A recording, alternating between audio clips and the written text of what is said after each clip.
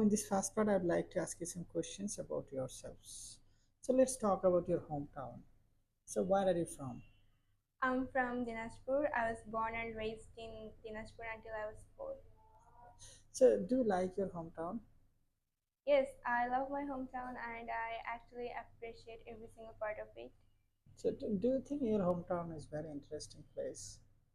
If you are interested in historical places, then my hometown is definitely a great place for you. But if you are also interested in summer fruits, then you should visit my hometown because you will get a lot of opportunity to test different type of fruits.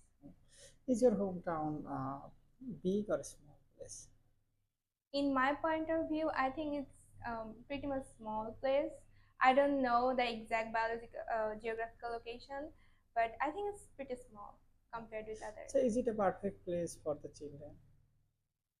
Well, don't get me wrong, but I don't think it's perfect place for children because it's actually a suburban area, so it doesn't offer all those educational facilities to children or healthcare facilities. So if you are thinking to give your child proper education, then you have to move from there. Let's talk about mobile applications. So which mobile apps do you usually use?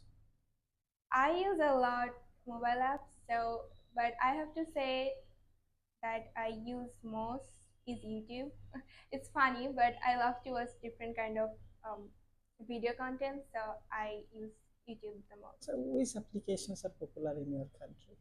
In my country, the answer is always Facebook. Like Facebook is something that everyone uses. Like you can see people with no personal phone, but still somehow they have an account on Facebook. So I think in my country it's Facebook. So which apps would you want to use in the future? I want to. It will depend like which kind of um, app will. I don't know. I think it will be Pinterest. I'm going to use a lot in future. Do you want to make an apps? Yes, it's really hard to make an app and it's really costly, expensive. But somehow I'm thinking about creating one for past few months, and I think in future I'm gonna make one. Maybe it's gonna be a small application, but still it's mine. So how do you find out the applications, mobile applications? Basically, I find these things through my friends. They'll suggest me an app, and they'll be like, "It's really interesting and useful." Then I'll go to the Play Store and download it. But sometimes it's from ads or other content. So basically, it's from my friends. Okay, and let's move on handwriting. So do you think handwriting is still important? Yes, definitely, because handwriting has a lot brain boosting benefits. So I think handwriting is very important. So do you think handwriting will replace by computer laptops or laptops? Well, I think we're going to be dependent on technology so much that we don't need to write. But I think it is a good practice for your hand and your brain, and it actually enables you to concentrate more. So I think, although we don't need it, but we will use it for benefits. Okay, so when do children of your country usually start writing? The children's my country actually starts writing from age 3 to 4. I'm not sure about the age, but I guess it will be 3 to 4 years if the parents are conscious about it. So what is the advantages of handwriting? Well, I can't give you the proper scientific information since I'm not expert in this field, but I think it actually gives your brain a boost. It actually good for your attention span, and it is good for many reasons. I think actually good practice for your hand too. Okay, let's talk about reading habits. How often do you read books?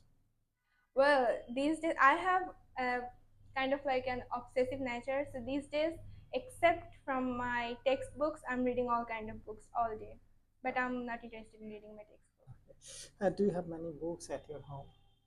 Yes, actually, in my room, if you go there, you'll see books everywhere, like in the floor, in the bed, in my dressing table, in my reading table, everywhere. It's a mess, but I like that. Okay. Do people of your country like to read more? Well, I can't tell you that. I think No, they are not interested in reading as much as other nations are, because reading is not just a habit, it's kind of like a hobby too. But in my country, people actually often consider gardening or traveling as hobby, not reading So, what types of books Indian read nowadays? Is it nowadays. fiction? Yeah, yeah. Yeah. When I was a kid, I used to read books about cartoons. Although I had TV, but I think reading it made it more interesting. But nowadays, kids are really like to read novels, although it is not good for their age, but somehow they actually read a lot novels. So, it is commonly believed that reading storybooks, in terms of reading storybooks, students are losing their interest on it. So, do you think it's true to as students are losing their interest on reading books? Yes, because nowadays our life is easy. If you can read a story if you want, you can watch a video on YouTube on the same topic. So people will go for easy options. So I think that actually affected our reading habit, and that's why kids are more interested in watching videos than reading books. So, what sorts of book can be suggested for children to read? Well, I'm definitely a child expert, but I think child should read more storybooks. Some people believe that fairy tales are bad for kids, but I think it's not bad because it gives you a great imagination power. So they should read storybooks. Thank you. Now I'm going to give you topics, and I would like you to talk about 1 to 2 minutes. You have 1 minute to think what you are going to say.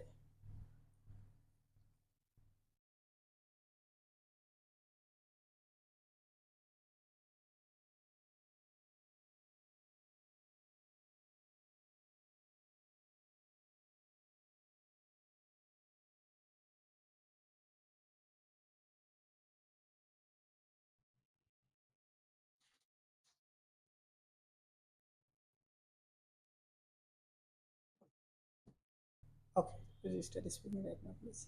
Okay, so I am really careful about what kind of information I consume or I actually use. But we're human, so we are gonna make mistake once in our lifetime. So it was actually an address that one of my friend gave me. Actually, was it was something, and I was something near my house, and I was like, okay, I'm going there. So I went there alone. But it was really hard for me to find that place. I was searching everywhere, but I couldn't find it. Then I came home and I text her. I was like, well, I couldn't find it, and she was like, oh, sorry, it was a typing mistake. I I think, can you imagine how I felt at that moment? Like I spent about 1 or 2 hours searching for that place, and it was just this stupid typing mistake. So yeah, from that moment, I always make sure that I actually do two-step verification, like first, and then ask again that, are you sure it is? Sometimes it makes me feel stupid, but I'm not gonna make the same mistake again. So yeah. Thank you. Could I have the page, please? Okay, now I'm going to ask you some questions related to these topics. So, what kinds of professions are related to giving information? Nowadays, it's our life is based on information technology. So basically, our main asset is information, and I think teachers are the being a teacher is the best profession to give other people correct information. And maybe there can be another job. I don't have much idea. So, what is the difference between giving information by phone or by email? Okay, email is more professional. When you write an email to someone, it means you respect that person and you can never give that person wrong information. But when you text someone or over phone, it's actually like a friendly attitude, and you can make fun or give a wrong information. But when email, there's no joke; it's serious. So, how can you check the information whether it is right or wrong? If it's an information that is on Google, then you have to search it and go through 3 or 5 websites to make sure that it is right. And if it's an information that you can't find on internet, then you have to do your own research with your own mind and from your closest person to make sure that this is right. Do you trust the information from online? Well, I can't deny that I actually trust, but I don't trust blindly. I actually search about it from 2 or 3 resources, so make sure that it is right. So how about the people of your country? Do they do the same type of activities that you do for checking No, the news? no, they. I'm not gonna underestimate them, but I don't know. They actually make the mistake over and over again. They will go to online and find the information, and they will trust it blindly, and then they will lose something to the Thank you. fraud. So. Thank you. Thank you. That is the end of your speaking part. Bilingual Learning Center, BLC, Bogura.